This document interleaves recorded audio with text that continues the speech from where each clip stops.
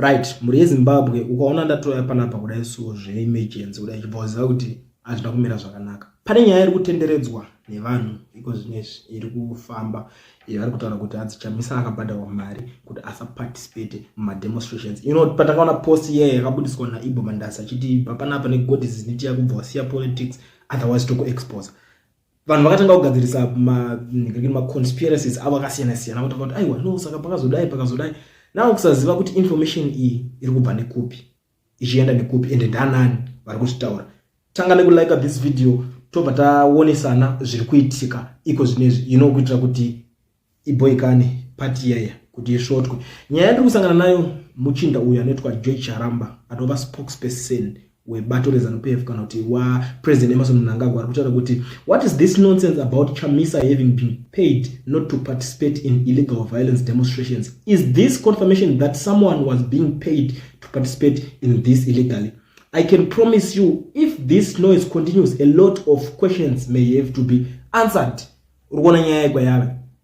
This guy in the mouthpiece wa President Emmerson Mnangagwa saka ungaona akutotaura this anozikana pa social media ninya kurotomboka zvakawanda achitaura nama accounts yake, but this one arikushandisa his official inonzi George Charamba yacho ndo yatobuda achitaura nazvo kuti guys zvinhu zvakaramba zvichiitika tichatodedzana navanhu vakawanda tombobvunza mibvunzo teda kuziva kuti ndanani vakabhadharwa ende makabhadharwa nani ndo nyaya yacho kwa yakutenda ndikuona kuti after zvese zvaitika Chamisa vari ngomutsvagira nyaya vanhu vakutazonzwa zvichiitika saka baba kutaura kuti vari kuti akabhadharwa kuti asa participate saka akabhadharwa kuti aparticipate wacho ndiani ende nanani ndo nyaya ndiri kuona iri kutotendera iri kutopisa iko zvinezvi ichitori fresh. Umwe ari kubuda ari kuti by who naiwe imwe ari kuti vachazvibudira vega kana arega vawawate nyaya iri kuitika hasha dzakaitwa nevakomana vakaitwa sena Hope Wedziya nana Ibo Mandasa dzakavhundutsa vanhu kuti from nowhere kungobuda vakutojamuka kudai so ndo pakatanga kunetsa nyaya koza ndakaona kwakafungidzira kuti musi weSabaki iwoyo pachange pachiitwa ratidziro dzisingaiti.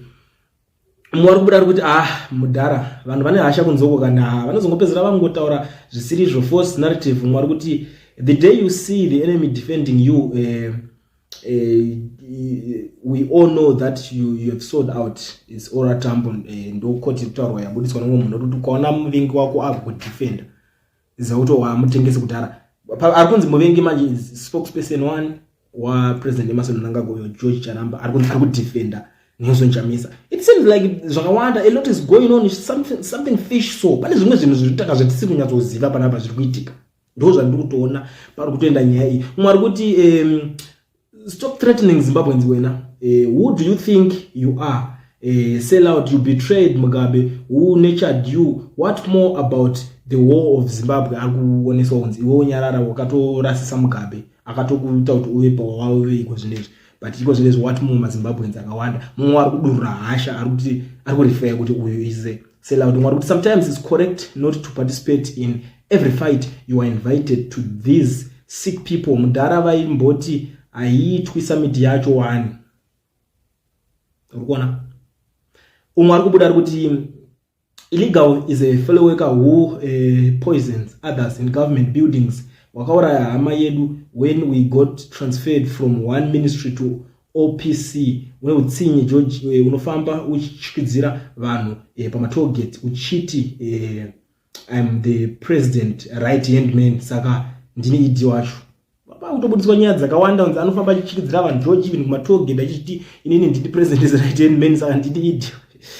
A lot is happening guys, but nyaya iri kutenderera panapa iri kunzi hanzi Chamisa kunzi akabhadharwa mari kuti asa participate muma demonstrations. No nyaya iri kubuda my theories nema conspiracies zviri kutenderedzwa nevanhu ende zviri kubviringidza vanhu musoro. Vanhu vanoda kunyozonzwisisa cause nyaya dzava kutanga kufambirwa manje kuti alright demonstration yacho haina kuitwa so what's next, chichi chaitika pamberi ipapa. Ndo nyaya iri mudariro iri kubvira iko zvine zviri muma streets ese. Saka ndakoti ndingoende panapa ndichionesana nemi tigare tingo kuupdate zvinhu zvinenge zvichiitika. So kana uchingotanga kusvika panapa first time yako tanga nekulike this video wobva wasubscribe kuitira kuti usajambwe nezvinhu zvine zvichiitika. But ndachikoda timboonesana. What do you think? Unoona sei nyaya yekunzi Chamisa kunzi akabhadharwa mari kuti asa participate mu this demonstration? Do you think it's true? Do you think manyepo here? And ndoda kuti ubva wasupporta point yako. Tell me in the comment section.